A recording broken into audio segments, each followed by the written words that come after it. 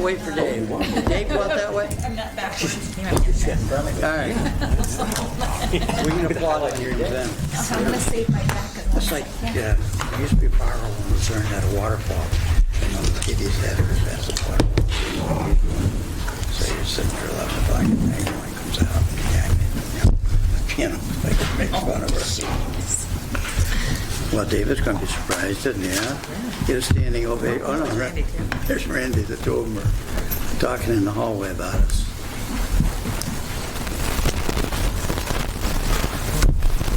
I'll ask Kara, do we have a quorum this morning? Yes. We do. Thank you. Okay. I guess this is where we say, light them up if you got them. Talk amongst yourselves. I can always hammer you back into order. For Dave.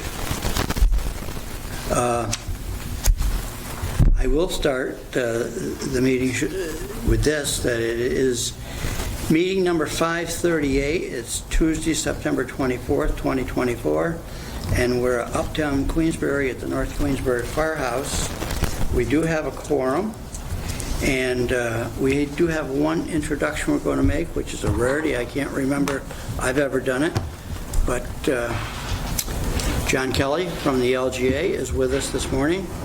You came from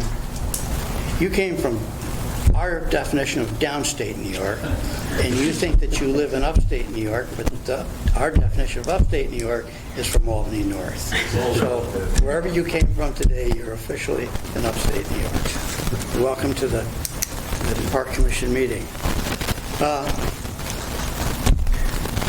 First item on the agenda, second item on the agenda is approval of minutes and fiscal actions report. Approval of the meeting minutes for August 2024. Move to approve. Second. Move to approve, second made. Any discussion? All in favor? Aye. No nays? Carried. Approval of fiscal actions report August 2024. So moved. Moved. That was me. Seconded. Any discussion? Hearing none? All in favor? Aye. No nays. Project review actions report. Mr. Stanek. Resolution 2024-38, accept the project review action report. Whereas the Commission has received and reviewed the project review action report prepared by the staff and dated September 17, 2024. And whereas the project review recommends acceptance of the project review action report, now therefore be resolved that the Commission directs that the project review action report be incorporated in the minutes of the full Commission meeting. So moved. Motion's made, motion seconded. Any discussion? All in favor? Aye. Hearing none. We should tell our folks out front that there are no projects for this morning's Park Commission meeting, which is usually the exciting part of the meeting. But on a monthly basis, we do approve whatever projects that we worked on that didn't require meeting level agreements. So that's why you have a project review actions report. Item 4, presentation pre and post Priscilla Court treatment videography of Blair's and Sheep Meadow Bays. David, you want to further introduce that? Sure. We have Nick Rowell, Natural Resources Specialist with Warren County Soil and Water Conservation. So Nick is here today. Also, he's going to be followed by Bob Bombard, also who was with Soil and Water for 12 or 13 years. Bob is one of the top plant experts, really, in I would say this part of the state. Nick has been working with Bob now for 12 or 13 years, been studying under and with them for years. So they've been working with every lake association in and around Warren County on their aquatic plant management programs. And they, a couple years ago, started doing aquatic videography of some of the treatment sites, whether it's hand harvesting, whether it's Priscilla Court treatments. And so we asked Nick and Bob a couple years ago to start getting involved with us to kind of do some of the same kind of work for our Lake George treatments. So since we're 3 months post-treatment now for Priscilla Court, we have two things that we wanted to do. One is required by the Adirondack Park Agency, and that is a formal post-treatment aquatic plant survey. Bob has recently retired from Soil and Water and formed Oakley Consulting, so we contracted with Bob to do the post-treatment aquatic plant survey. And we're still working with Nick Rowell and Jake Dunkley from Warren County Soil and Water to do the videography. So first we're going to have Nick kind of show, I think Nick has pre-video of Blair's Bay and maybe Sheep Meadow, and then the 30 days and then 60-day kind of post-treatment. So we're happy to have Nick and Bob here today. So Nick, anytime you're ready. Yes, thank you for having me today.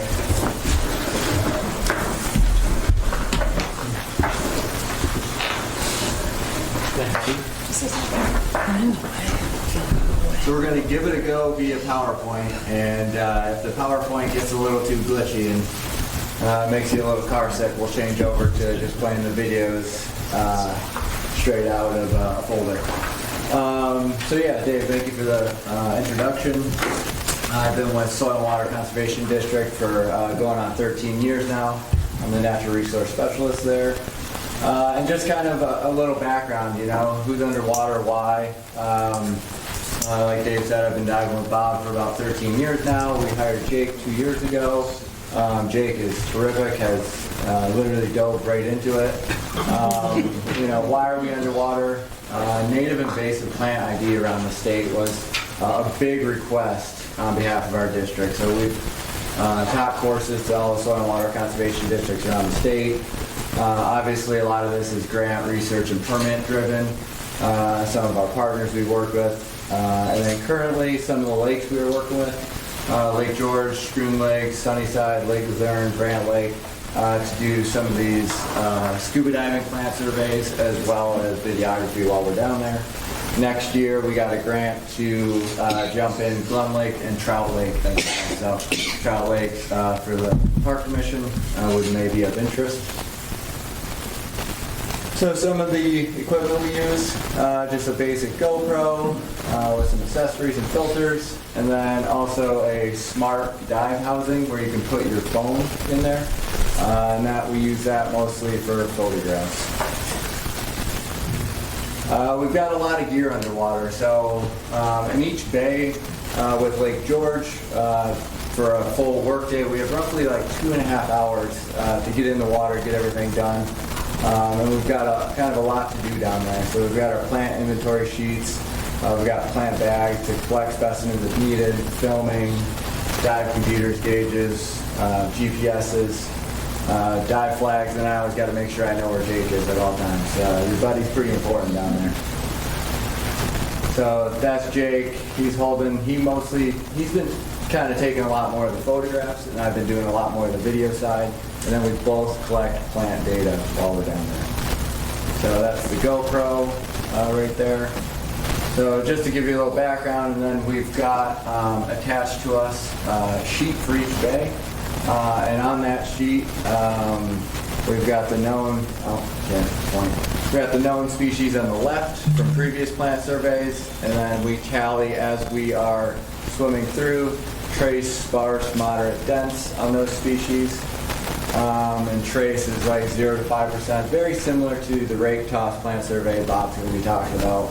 So trace is 0 to 5%, sparse 6 to 15, moderate 16 to 40%, dense greater than 40%.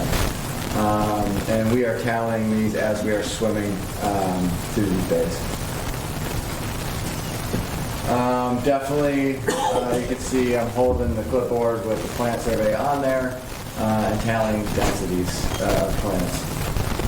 So I broke these up by bay. So we're going to do Blair's Bay pre-treatment 30-60 days, and then Sheep Meadow pre-30-60 days. So thanks for Randy for shooting this photo. This shows you the milfoil bed in Blair's Bay. And just to give you an idea, so when we go underwater, this is obviously all milfoil. So when you get into the middle of the bay, we're tallying, sometimes no plants. So you'll see areas where there are no plants after the treatment. And then as you trickle out towards the edges, you start to get more and more natives.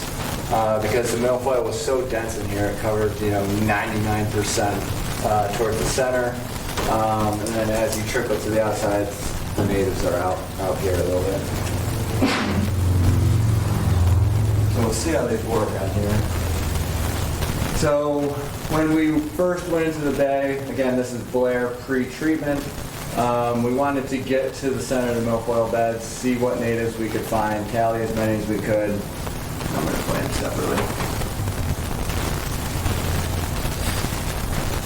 But it shows you the density of plants, and this is June 18th, and these plants are already easily 6 feet tall in a lot of these areas, and covering pretty dense beds in these 2 bays. Again, this is all based off our observations over the past couple of years diving in these bays.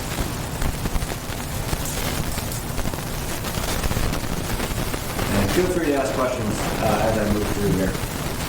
So, Blair, 30 days post-treatment. The dive day was July 30th. And in this photo, you can see the milfoil stocks in the foreground. You can see some natives in the background. And then you can see the milfoil leaves obviously dying back in and around the treatment area. So this is coming from kind of a little bit towards the north end of the bay and swimming south, coming into a larger treatment area, or an area where there's a large amount of milfoil. So you can see the patches starting where the milfoil had died back. And then I swim along. You can see the larger patches of milfoil, the bare areas. You can see some of the dead stalks in there. How deep is the water right there? In this area, I think we were roughly probably 12 feet deep around there. There are some deeper sections where you get out 15, maybe even a little bit more. But this was probably right around the 10 to 12 foot mark. And I kind of zoom in on the dead Eurasian milfoil stalks. You can see the dead dying leaves. And then as you get towards the center of the milfoil bed, you see the higher density of milfoil leads to less natives. Obviously, milfoil is definitely plays a major role in biodiversity of these plants in these bays. So then you get towards the center of the bed, where you had, in some areas, like I said, probably upwards of well into the 90% of all the plants milfoil. Then you get a few natives sprinkled in there. You can see some of the natives on the right, but on the left it was almost 100% milfoil in some of these areas. That's just how dense that milfoil really was. And this is the same spot that the first video where you were swimming and you were below the height of the milfoil. Yep. So this is still Blair's Bay, and this is 30 days post-treatment. So that July 30th date is where we're at here.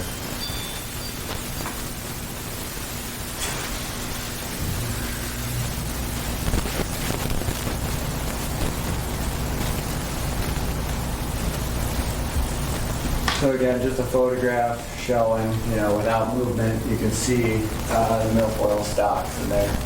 All dying back with some natives in the background. In less dense areas where you have more natives, the milfoil stalks bent over. And then as you get to that northern edge of Blair, I'm not sure exactly where that line was when I'm diving. But I'm on that northern edge heading towards that big kind of retaining wall or what the wall is over there. And this is where, you can see, and keep in mind, looking at that pre-treatment video, at this point in the year, these milfoil plants are, upwards of 10 feet tall normally. And they're all bent over with some green branches coming off. In this area, and it's just a little slower. And this is at that July 30th, 30-day post-treatment. And this is what we were seeing on that northern edge. Again, right on the line of the treatment zone is approximately where we were. And you can see the dead milfoil stalk with some green branches coming off. And then these, towards the end of the season, started growing roots, and kind of like a fragment would normally occur with Eurasian milfoil. So I put this in before I did sheep. Yeah. The center of Blair's Bay, you had total mortality, right? Or very close to total mortality? Yes, there was one section in the south that I'll show that had a few fragments in it and a couple rooted plants. But yeah, the majority of that section of the bay was. And as you move north, the mortality decreased? No, just on that northern edge is where we saw a slower impact to the milfoil plants. Did the height of the milfoil prior to the treatment was equal across the whole bay treatment area? Or was it different? Yeah, roughly. When it got a little deeper, the plants, got a little smaller, a little more shallow. They were a little thicker, a little more dense, a little more robust. Okay. So I put this in for both bays before I'm going to show you sheep, just to give you an idea. So when we're down there post-treatment, we carry a plant bag so that we can pull up some of these plants and see exactly what we're looking at. So I'm looking for fragments versus rooted plants, multi-stem plants. So this is both bays. I'm just going to show you a couple pictures, and this is 60 days post-treatment, so August 28th. So one of the sections in Blair, we were pulling up in that southern end a couple, they were just small single stems. Some of them were fragments. I think we came across a couple rooted plants, but the majority of them were fragments we were pulling up. And you can see this is more of a small rooted plant, has a couple stems on it, a little larger. But keep in mind, this is what we would normally be seeing, are these 10, 12 foot tall plants at this point. This is outside the treatment zone on the north side of Blair Bay? No, this was in the southern part of Blair, where we found a couple of rooted plants in there, but very few. So what we would do when we're down there, if we see one of those small single stem plants, to kind of get an idea, is this a fragment floating from outside into the bay and reestablishing, or is it actually a plant that survived treatment? So we'll pull a lot of these plants to find out. So this is 60 days post-treatment in Blair. So this is August 28th. And this is what we found in a small southern area, part of the bay. You can clearly see these are maybe 8 inches tall. And what I think occurred with a lot of these is they look like fragments. So maybe where a couple of those plants died back, but it still had enough energy to put a branch out, it grew some roots and maybe fell over. That's what I would guess here. But a lot of them were fragments coming from somewhere else, floating into the bay and landing. So this gives you an idea of what we saw in some of them. So this is where that plant was fully dead, but fell over and had a green branch on it. So that branch would normally fragment and fell over with the actual dead plant, started to root in there. So you can see it's a small single stem, and then the rest of the plant is dead. So this is just our observation. Take what you'd like out of it, but these were a couple smaller areas in that southern area. I would assume that plant, had it not been pulled up and put in your bag, would probably live. I don't know. That looks very weak. It looks like It is very weak, and you can see the rest of the plant was dead, and where it fell over and started to root. Do you think that the substrate, it looks to me like if fragments are floating in with all of the dead milfoil there, that is an ideal spot for a fragment to kind of catch hold and then to start rooting? Is that a problem? Because if we were to treat earlier in the season, then we wouldn't have quite so much of that. I don't know if I could really comment on that. There's a lot of factors that play into a fragment coming into an area, landing, finding a nice little area to get caught. Like, you'll see them in other lakes that we've been in, like Struan Lake. We had this one day that was always going to get hand harvested. Milfoil would come back. I'm like, how is it coming back? And there was another bed adjacent to it where those fragments were floating, hitting some rocks and logs, landing there. It would catch the fragments.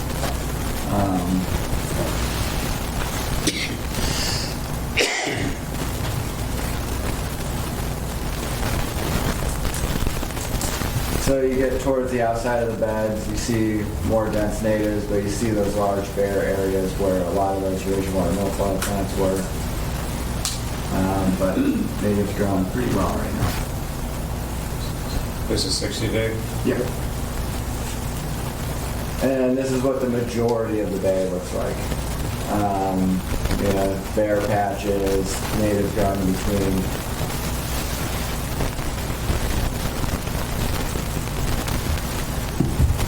So again, Blair's Bay, 60 days post-treatment. This next video is that north end. It's the edge of the treatment area we're at.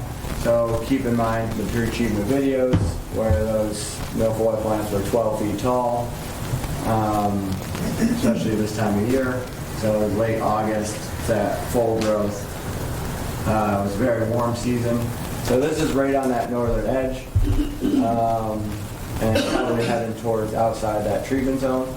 But you can see these plants are very small. Most of them have died, and the green parts you're seeing are where those dead milfoil plants fell over, but started to it seemed like they kind of put energy into one branch. And then that's what we're seeing in that northern edge of the treatment area.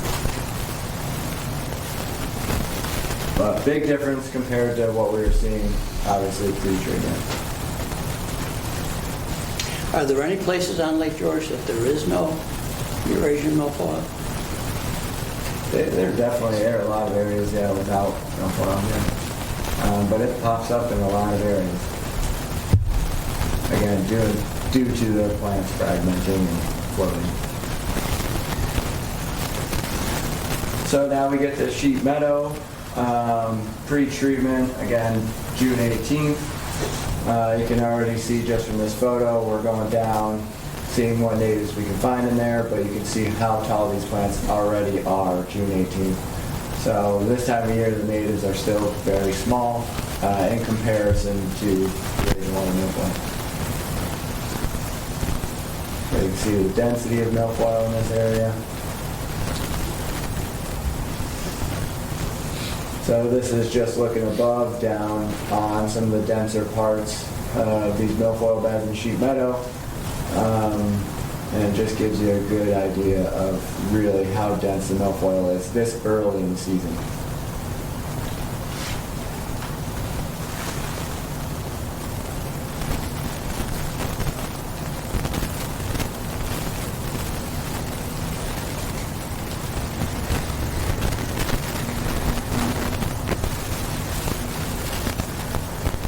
So sheep meadow, 30 days post-treatment. So this is July 30th date.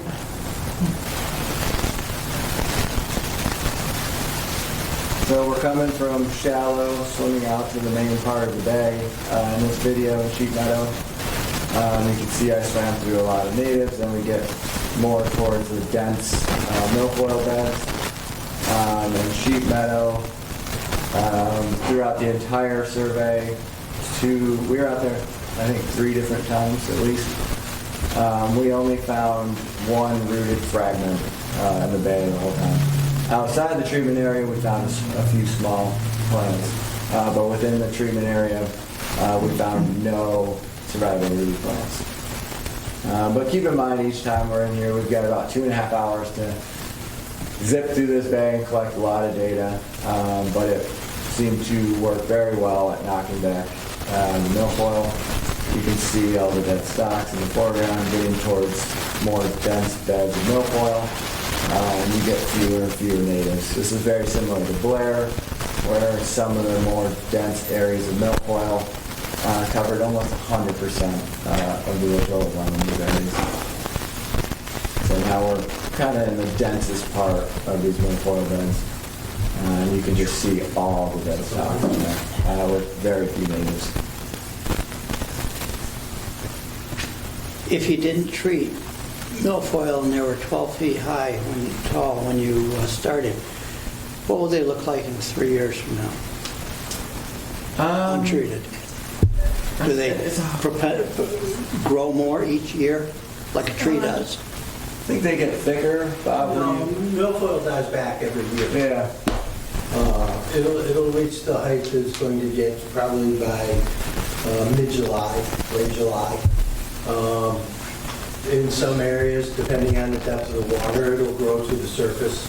In Northwest Bay, it do that often. But then midwinter or so, that growth will drop to the bottom and die off. And then when the water reaches about 45 degrees, I believe it'll start putting up new shoots. Then depending on how warm it gets, how much sunlight we have for the summer and stuff will determine the height of the milfoil each year.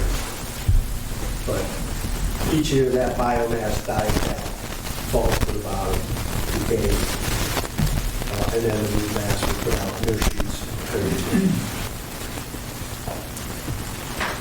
So again, we're at Sheet Meadow Bay. This is 60 days post-treatment, August 28th.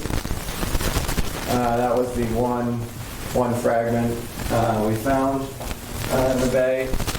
And you can see it's broken off, and you just see two little roots coming off the fragment. That's what milfoil does, this one here.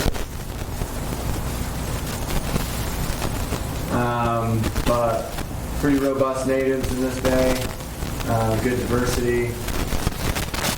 And you can see I'll swim through a lot of these on the edge of the milfoil bed, and I'm swimming into the main part of the Eurasian water milfoil bed.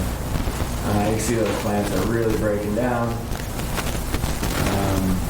and this is the edge where you see a lot of native growth. I have a video from a couple years ago in this bay where I'm swimming along, and there's a very, very defined line in this bay of natives and Eurasian water milfoil. It's almost like you hit a wall in this bay in some areas. It's pretty impressive.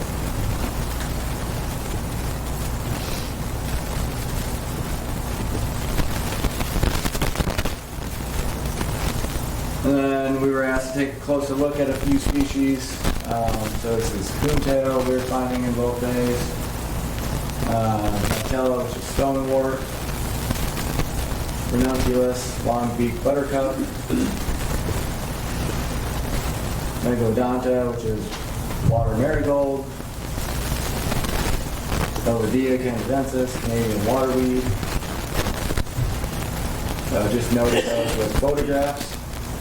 And then Dave also asked us to take a look at Sunset Bay. So on August 13th, we got to jump into Sunset Bay and see what the Eurasian water milfoil bed was like in there. And it was pretty impressive. You could see August 13th, in some areas that milfoil was within a couple feet of the water surface. It was very tall, very robust, good growing year, a lot of rain, a lot of sunlight, a lot of heat. These bays got really warm this year. I think on my dive computer I was recording like 82 at surface temperature in some of these bays. So it was a very warm year, a lot of sunlight, good consistent rain, and like any other plant, that produces good growth. You can see the density in Sunset Bay. Really robust natives in Sunset Bay. So I had a really good understory of natives in here, which was nice to see. And they were competing fairly well in a lot of areas with this milfoil. But you get towards the center of Sunset Bay and it gets really dense in there and really pushes out a lot of natives. But I was pretty impressed with how well the natives were doing with this amount of milfoil in this bay.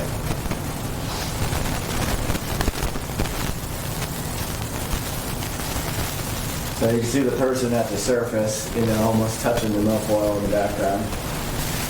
And right now, I'm right at the surface. I think I'm just snorkeling at this point. And that milfoil is pretty much rubbing against me. Gives you an idea of the height. So problem with some of these areas, these plants are a good 12 feet tall.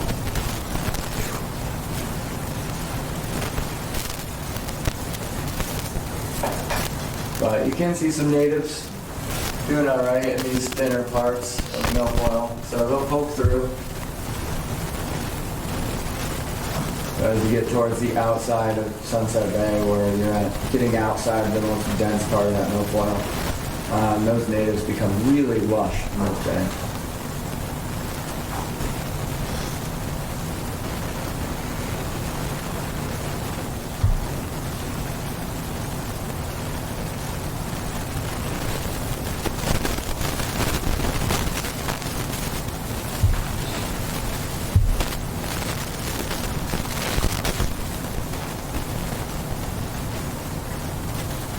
So if anybody has any questions, kind of for what we saw down there throughout the year. Again, throughout the season, you know, native plants, you know, come up at different times, different growth. Like I said, this was a good growing year. It was very warm, a lot of sunlight, good amount of rain, consistent rain. So I think we're going to continue to follow up on this with the Park Commission. And then, if anybody would like to see, we did a short documentary a few years ago. We teamed up with the Park Commission, the LGA, and a few other partners to film a lot of the bays throughout Lake George. So you see a lot of the different natives. Sunset and Blair are actually in this film from 2021. And we also show what it looks like to hand harvest or use mats, suction harvesting. So it gives you a good perspective of you know, what it takes to manage some of these invasives. And we show some other invasives as well. But yeah, thank you for having me today. Really appreciate it. Thank you, Park Commission Board. And anytime, my contact info, if you'd like to ask any questions or you'd like any of this film or photos, happy to send it. And Nick, you mentioned swimming a lot in other lakes that have had treatments. Did you notice any similarities or differences between, you know, the original or milfoil outgrowth and forward and how they reacted to the treatment compared with the other lakes? Yeah, so of the lakes I've been able to jump in pre-treatment, Lake Sunnyside, Lake Luzerne, didn't get to see Brant Lake pre-treatment. There was a big difference. I didn't see in Sunnyside and Lake Luzerne, I didn't see densities anywhere near what I saw in Blair and Sunset. And they were a little more scattered. So they were older plants, multi-stem, big columns of plants in Lake Luzerne and Lake Sunnyside. And there were some areas where it would get fairly dense, but there's always an understory of natives in and around those plants. There's always enough of a gap. So in Sunnyside and Luzerne, there were a few areas where it was like kind of a bare spot, but you really had to look for it. So after treatment, you really couldn't tell a whole lot in Sunnyside and Luzerne. There was no foil really there. You didn't know what you were looking for because there's such a good understanding. Brant Lake, there was definitely some very dense beds in Brant Lake. So we swam that at the end of the summer. You could see these large areas of previously about 100% milfoil. So Brant Lake definitely had some densities, probably close to Sunset and Blair in a few areas, where you would see all just basically remaining dead stocks. And that was end of August. I think we jumped into Brant Lake, and those beds definitely had some really good density. And then kind of post-treatment, what we saw, like Lake Luzerne, they have northern milfoil. And Lake Luzerne, second year post-treatment, that northern milfoil, native milfoil, had come back. It was everywhere. I was pretty impressed. Any theory as to why the beds in Blair's and Sheep Meadow were more dense than some of the other lakes?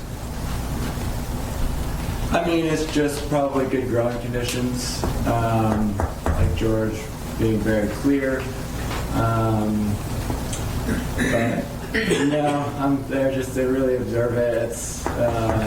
It was just a impressive density. Yeah, I see nothing like that in Scroon Lake, really.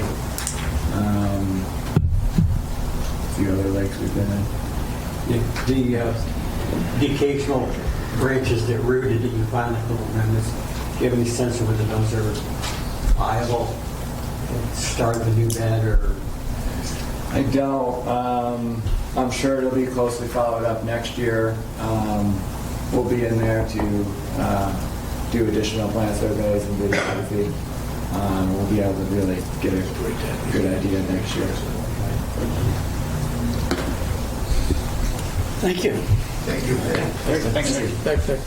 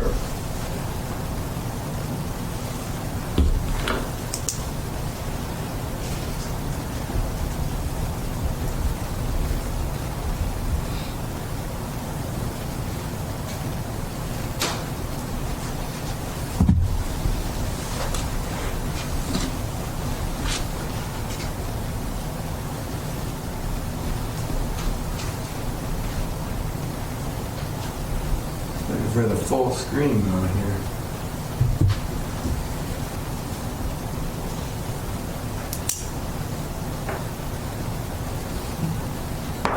Or not.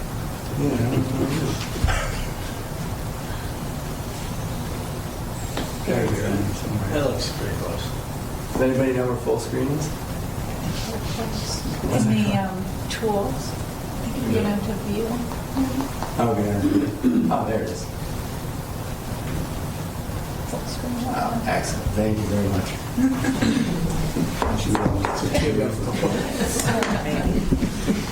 I made the wrong scan. I would have collapsed under the pressure already. Hydrostatic pressure, of course. Technology challenge. He's never let me hold the camera. I just have to go around and tell him where to shoot. So, as part of the APA permit for using it, you obviously had to do a follow-up plant survey.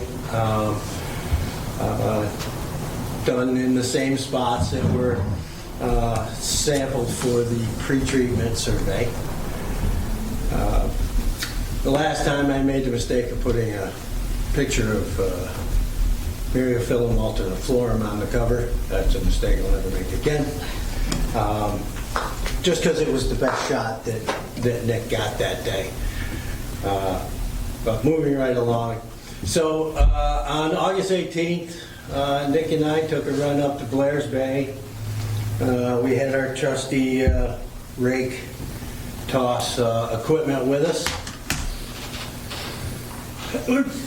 Yeah, most of this is just explaining how the rake toss survey works. I think you guys mostly have been through this kind of thing before. You go out to a set spot. You take a rake, garden rake, double-headed garden rake on about a 35-foot line and throw it as far as you can underhand, because I'm too old to throw overhand anything anymore. No, but you would always throw it underhand. Drag it in, count the number of plants that are on there, identify the plants that are on there, and move along. And so that's how plant surveys are done now. Not a big fan of it. I'm old. I grew up with underwater diving, doing a plant transect every meter, 100 meters, and identifying every plant while you're underwater. They tell me this is more reliable.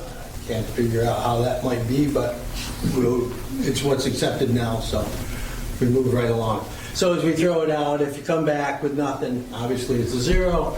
If you got 2 or 3 plants on there, it's a trace. If you got 5 or 6 to 10, it's listed there, and you'll understand how it's done. Now, each toss is also rated about the density of plants on the rake itself. So you throw it out, and as they like to describe it, the rake is absolutely full. You have a hard time bringing it into the boat. Except for the one time I got a body on there, I never had a hard time. No. Is that to keep the audience It had to awake? be the heaviest plant of all time. So you rate the rake, and you rate each plant found on the rake as it comes in. And that's pretty much how the method is done. So after many attempts of me putting a picture of the treatment area in, Randy had enough and sent me a decent version of it. They talk about the north end. The yellow on top is the area that milfoil remained alive. The treatment zone is the red line. The yellow outline is where, obviously due to flow, most likely, the treatment area north and upstream, I guess you would say, probably didn't get enough contact time with the Percelicore. So that yellow area is the area that some plants remain. Bob, it's hard to see the yellow area from here. Can you point that out better?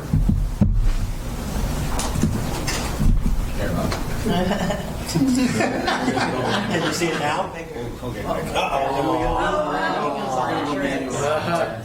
We're going to go manual route?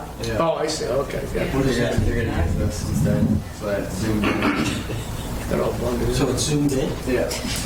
No, I can't see it, so I can't talk about it. Oh, all right. Yeah, there it is. Can Thank see you, that? Nick. If there's any other changes, just tell them that. Is this still going to work? So This will be you a lot locked me clearer. in down. Yeah. A lot better. So, let's see. So above the treatment area, the yellow is still... Yeah, I think the Jefferson project concluded that there's some flow that works in a sort of a clockwise manner in this bay at given times. And it certainly suggests that, our findings certainly suggest that may be true. The best guess is that, flow moved most of the treatment product clockwise to the south, going north from We south. didn't treat above the red line. We did not treat above the red And there's line. still no And flow there. if I recall, the GPS tracking on the that was sent by the applicator suggested really the only top was kind of a loop they made, and then they kind of went back and forth through there. So I don't know why I'm talking about this. It really doesn't have anything to do with the plant survey, but just showing you good data. And now,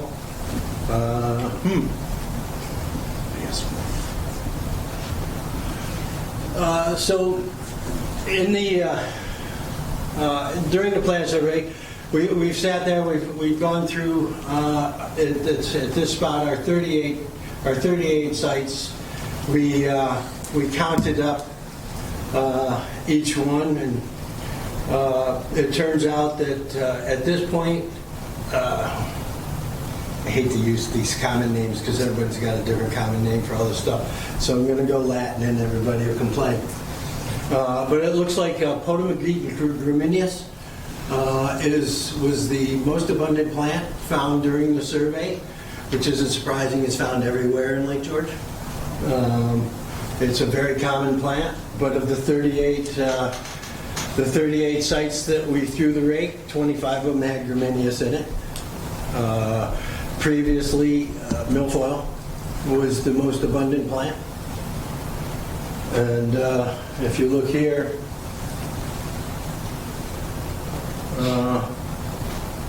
it's dropped down to, I believe there's 30.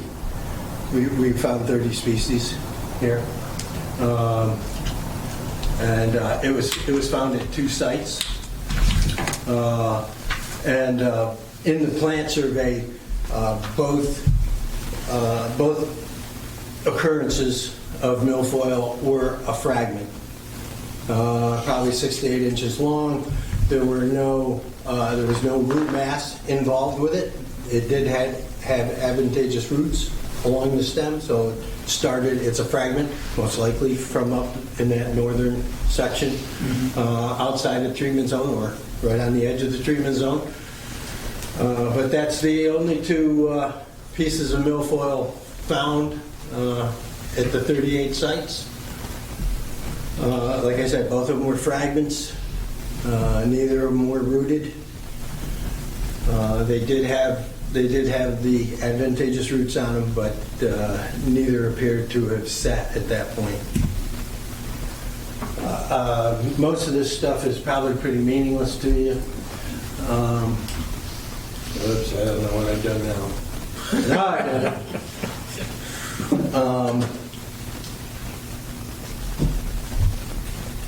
Let's see. So Bob, a couple of the species of concern originally were Nitella, coontail. What do you end up finding? Nitella and coontail. So in the report, we're going to have the conditions in 21 written into the report, and then the conditions found during this survey. So if you are really bored, you're having a hard time sleeping, I would download this report from either the APA or from Dave, and you can start going through each of these. That'll put you right to sleep. For the most of you, anyway. As you can see, 21% had milfoil. I'm not going to get into this. It's just too much. A tenth of the entire area, and this is 38 acres. This isn't the treatment zone. This is the area we were forced. Sorry.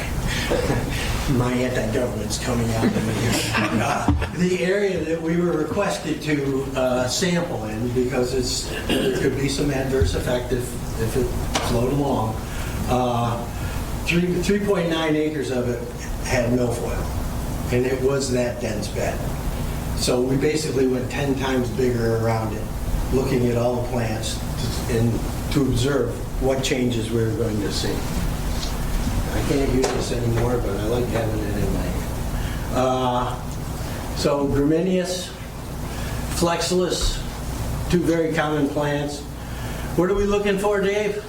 Nutella and Kuntal. Well, there's Nitella. It was found at 7 sites in 21. Average depth about 24 feet. And it was found at 11 sites in 24. The depth will stay the same. The problem here is Nitella tends to grow from somewhere in that 20-foot range down to about 40 in Lake George. And the rake toss, the rope's only 35 feet long. So if you're in more than 25 feet of water, you're basically dropping the thing straight down and pulling it about this far before it comes up. It's kind of a flawed method, at least for Lake George. In most small lakes, it's a very effective method, but asking us to get Nitella with a 30-foot rope, it's actually kind of difficult to do. And because of that, I forced Nick to go deep dive in to take a look at it, just to make sure. There certainly didn't seem to be any problems. It was found actually at more sites at the second than the first, but that's just the randomness of a rake toss. What was the other plant we were interested in? Ceratophyllum? I don't know. Kuntal. Yeah, we found that too.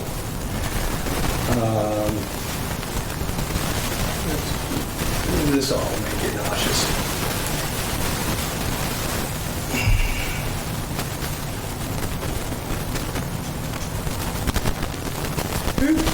There we are.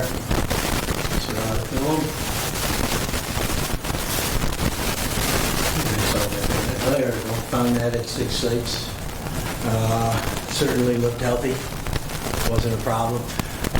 There is one plant that appears to have been also affected by Percellacor. That was Megalodonta beckii. It's a very common plant in Lake George, but the samples of it found in the treatment zone had definitely been affected.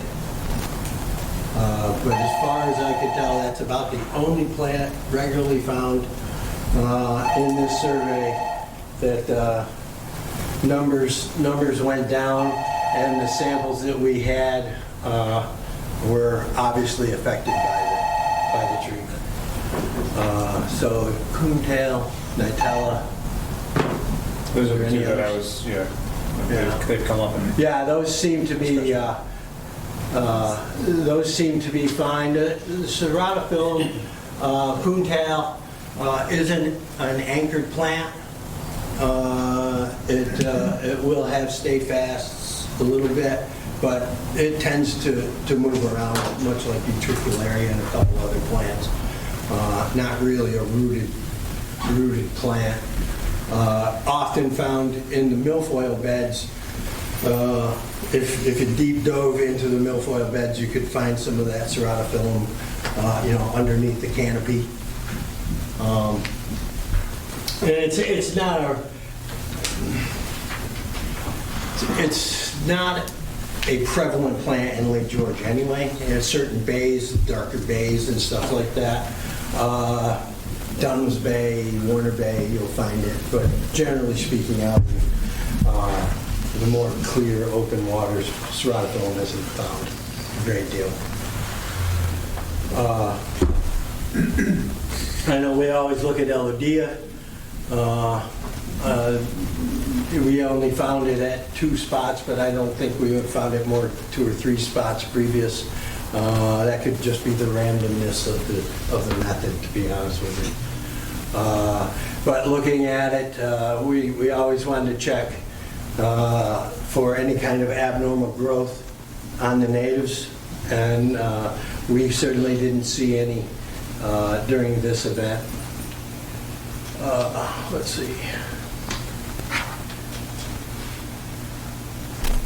Tenellum, it's another milfoil. We always wanted to take a look at that also. Does not appear to be affected. We actually found more of it this time than the 21 study. And Cara is another one we always try to keep an eye on, and that was certainly present.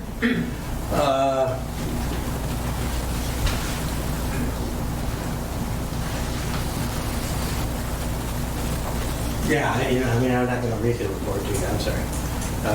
It's all in there. Each individual species found will have a section on it. Brominius was the big winner from this treatment. It certainly seems to be taking off. A number of potamogetans seem to be taking off. Those are the plants that generally made up some of the natives in the fringe areas.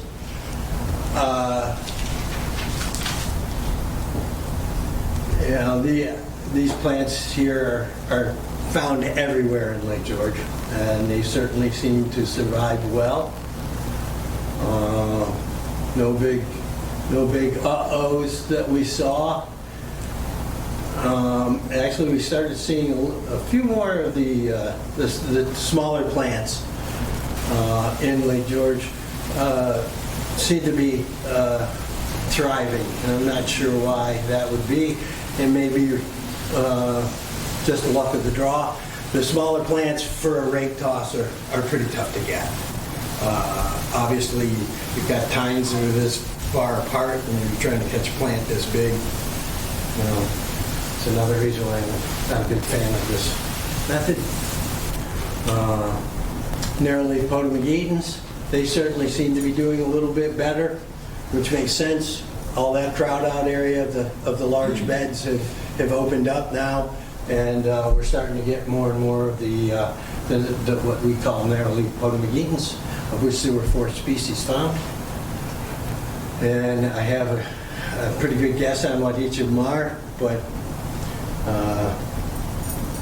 they're pretty hard to define unless you have seeds and a fairly decent microscope.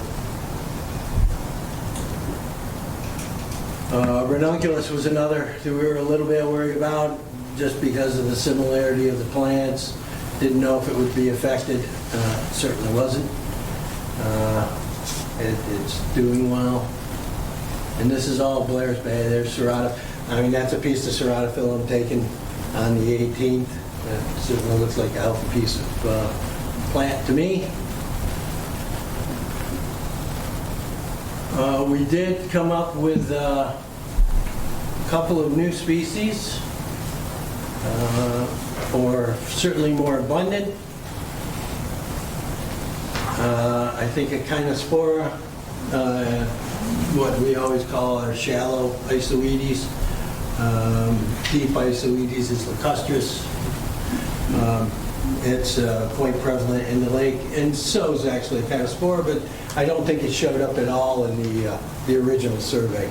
But we did find it this time. We also found Fontinalis, which is a moss. Was not found in the previous survey. And Zostiformes, it's another Potamogeton. That certainly seemed to take off from my swim overs, not the rake toss.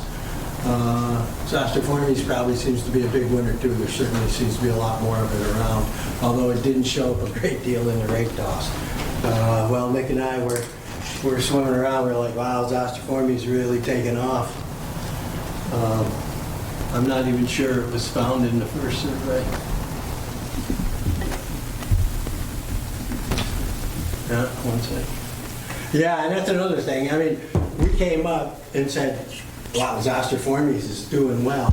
And then all these rake tosses came up with it at one spot. You know, we'd noted it swimming around saying, well, you know, that's pretty good. This is water marigold, the Megalodonta beckia. That is one of the plants that was somewhat affected by the treatment. Graminia sagittaria is another plant that I don't believe was found in the first survey, but came up in this one. And I mentioned alterniflorum because it was found in the first survey. We found none during this rake toss here. So taking a look at it,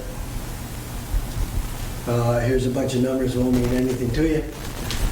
But what it's telling you is Gramineus and Flexus and Vingii and Vallisneria are starting to take over in the areas that used to be just nothing but milfoil. They're very common plants in Lake George. There's not many places you can jump in and you won't find each of those species, wherever you are, unless it's nothing but sand or rock. Hey, Bob, Yes. did you find any plants that were impacted by Priscillicore? Other than milfoil. Other than milfoil? Yeah, I believe the Megalodonta was too. We still found it. There's some still alive in the area, but in the treatment zone, we could not find any living Megalodonta. Now, it was never there in tremendous numbers, but no numbers suggest that it was affected by the treatment. 60 days diving survey. You found it after 60 days? Yeah, both days. Okay, Oh, so good. it regrouped. Yeah. Okay. Bob, I think you might have answered this question, but even in the densest beds, the milfoil beds, you found pretty good regrowth of natives? There was growth. I wouldn't call it tremendous yet. That was 30 days ago that you did this, so We did this about 48 days after, right? If it was around July 1, we went out on the 18th of August. Yeah, So about 50 days when we did this. if you dove now, you might particular see even plant better survey. growth, but We're actually finding more species per toss than in 21, which makes absolute sense because it was a large milfoil bed. You throw it in and come back at 99.9% milfoil. Now we're doing the tosses in this area and we are finding some Gramineus and some Nitella, or not Nitella, some NYS, diversity as well. Vingii. So where we were finding on average, and I don't know the exact numbers off the top of my head, 2.3 species or 3.1 species per, we're finding 5 species now. So the natives are coming back. And they are those early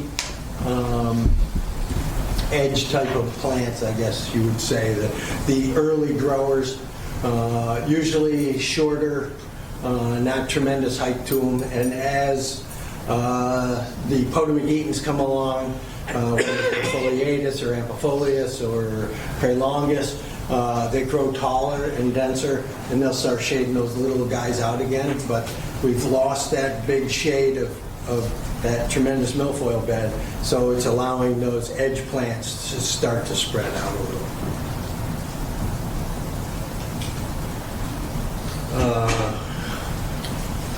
All right, Mr. Technology, how do I go to There's a tab in the top right. tab in the top right? Yeah, top left. You're right, my left. Where are we? Am I working my way over? Right there. That one.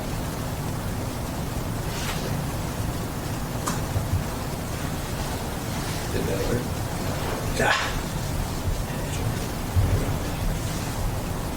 So then we move along to sheet meadow. We were out there on the 19th. We were fortunate to survive the event. We were 10 miles from port, and heck of a storm came up just as we were finishing up. Nick was crying, in case anybody was interested. That's not true. But there were some pretty tense moments on the ride home from here. Once again, this is all just blah blah for the APA, telling us about the method and all that. So let's just get to the good stuff. All right, so here, once again, can you see that? Yes, I can see it. All right. So that's the treatment zone in the red.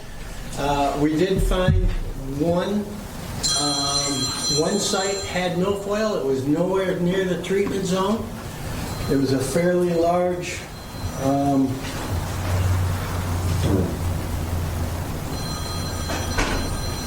a fairly decent sized bed, actually, of very tall plants, but it was around the opposite side of the point. It was one of the areas that was required for us to do. Let's see here. Hopefully this won't make you sick. I'll show you where the. Why would you be required to be that far outside the site? That I don't really understand that. I would think, if you go 3 miles away, you're going to find a lot of milfoil too. Yeah, you would think, wouldn't you? You're asking the wrong person. All right. You might have to call Aaron Zeman at the API. Well, I mean, they want to look at drift and stuff. Okay. It's only 3/10 of a mile from the center of the treatment zone. Okay. But it's very different from the other bay. Yeah. Where you're showing us. Well, the other bay, right we had to do the same thing, 3/10 of a and mile you didn't from find the its center. way outside. Oh, okay. And it did find its way in some of them. That was noted. So Agnes Island.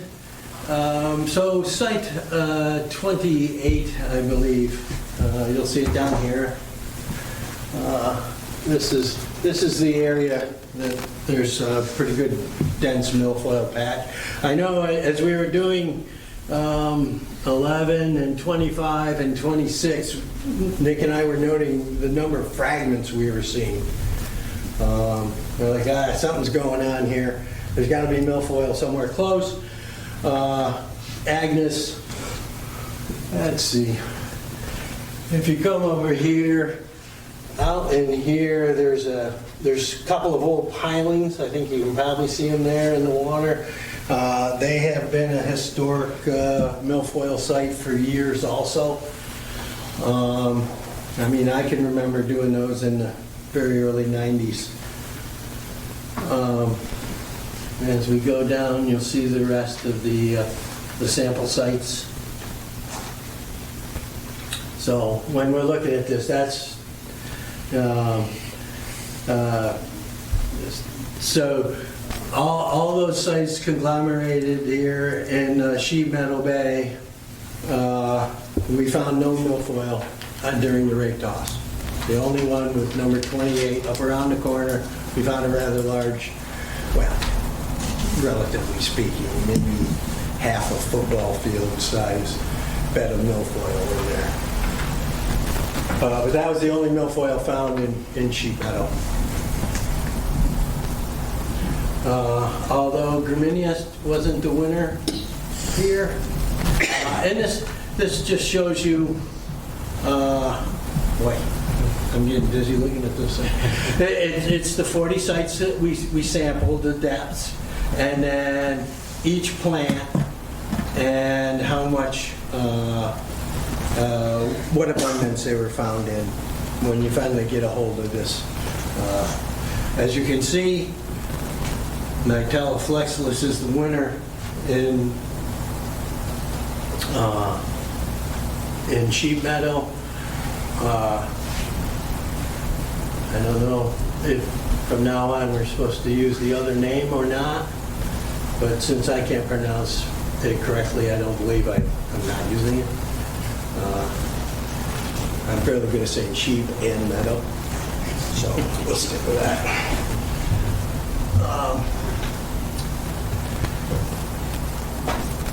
So for milfoil,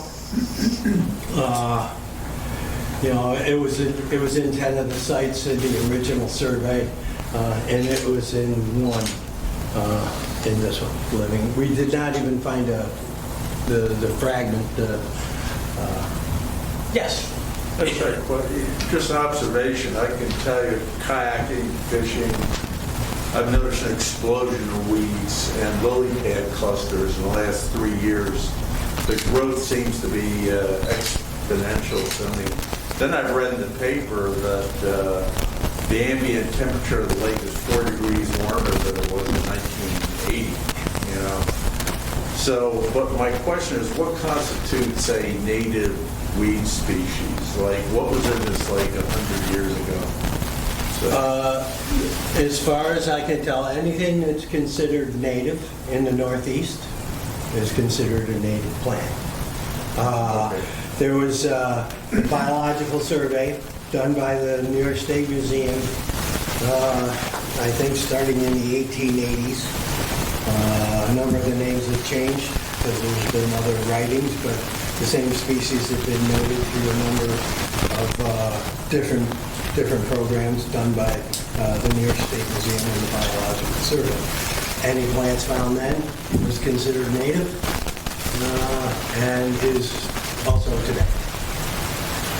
Anything that probably came from, I don't know, Eurasia is considered exotic, and depending on its growth patterns, whether it's considered invasive.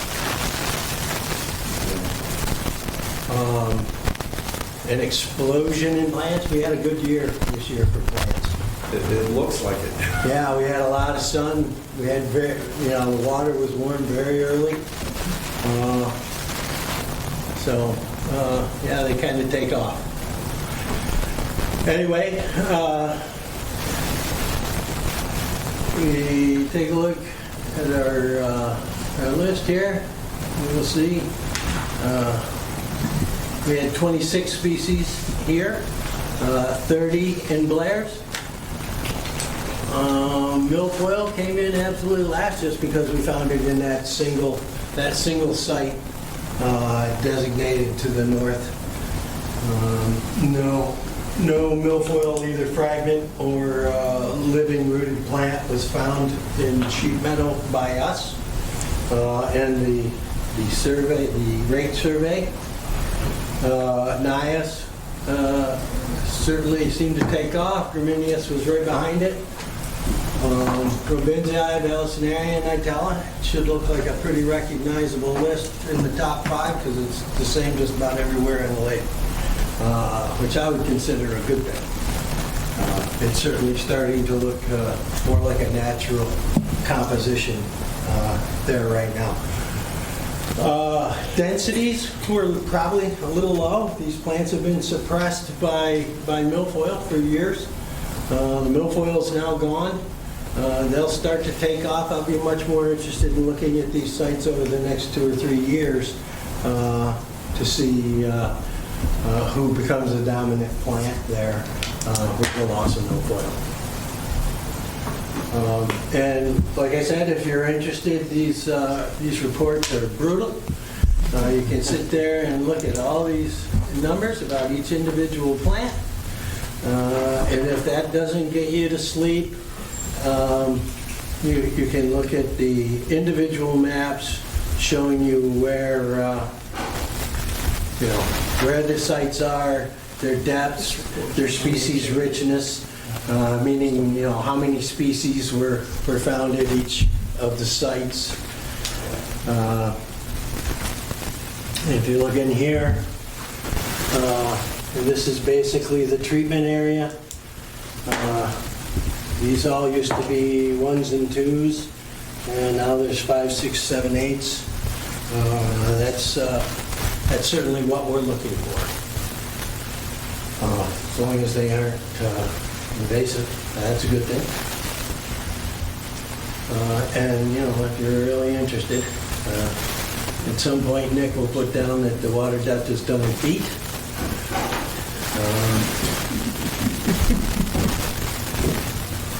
Nick, I make fun of Nick, but he's the only reason I can do this, because he's the guy who knows how to do these maps and stuff. And if you look at each of the individual species found, there's a map for each one showing you the densities and at what site they were found. And if that doesn't put you to sleep, you got some serious problems. Questions? We don't dare, bro. We don't dare. You actually do. Are they final now, or are you still in draft form? I'm sorry? Are they final now, or are they? No, these are not final. Like I said, I've talked to Nick. Mostly because they appear to be in here in some kind of random order. And a couple of, a couple of notes on each one will help us out. But I'm not sure how Nick did it, but they appear to be randomly placed. I would have gone alphabetical or by abundance, but just sort of shotgun. I think we got to fix that. Or I could send it this way to Aaron and make him do the work. No, that's good. You can fix it. Where the heck is this? No, we should have it to you this week. Okay. But he does make nice arrows showing north. It's important for map making. He tells me that all the time. But any questions? Was I thoroughly confusing? No, you did a great job. Was I? And my question is we applied for Silicor late June. Yes. Okay? And because we had such a great growing season, if you will, this year, you might expect that the following years are going to be similar because of climate change and everything. My question is it probably would make better sense to apply for Silicor early on. Yeah. And that was, there was a reason that was the last day that it was allowed to be put in. It was too late. Yeah. So plants had already flowered, which means they were already producing their advantageous roots, their fragments. Yep. If you'd done this 1 month earlier, I think results would have been different. Yep, that would be a good test. Not only that, it would give the natives more time to come up. By waiting until July, when the plants were 8 to 12 feet tall, instead of 3 feet or 4 feet tall, I think it would have given the natives a much bigger leg up on recolonizing the affected areas. Yep. Absolutely. Well, and there would have been far less biomass to degrade. Exactly. I don't know if you noticed in a couple of the films of Nick's, we did see some filamentous algae. That's because these plants were just about at full biomass when they were killed. Yep. That's a recipe for bad results, both by having fragments survive and by putting the most biomass and nutrients back into the water, in the height of the growing season. And lots of rain and lots of sunlight. And lots of rain, lots of sunlight, and extra warm water also. Yeah, I'm not saying there's a direct correlation to the filamentous healthy, which, I mean, it's obvious. If you have that much biomass not taking up nutrients, like the milfoil would be, and returning all that biomass down to degrade, I mean, you're obviously going to have some more nutrients in the water. Right. So it's both not taking it up and giving it back. Done earlier, all those nutrients will be taken up by our natives coming up. It makes much more sense to treat far earlier than we do. Yep. But that's my opinion. And not necessarily that of the Park Commission and LGA. That's mine. Thank you very much. Thanks. All right? Thanks, Bob. Thank you to you both. Yeah. There we have it, the man on the street report, which is a lot better than trying to figure out what it is on your kitchen table.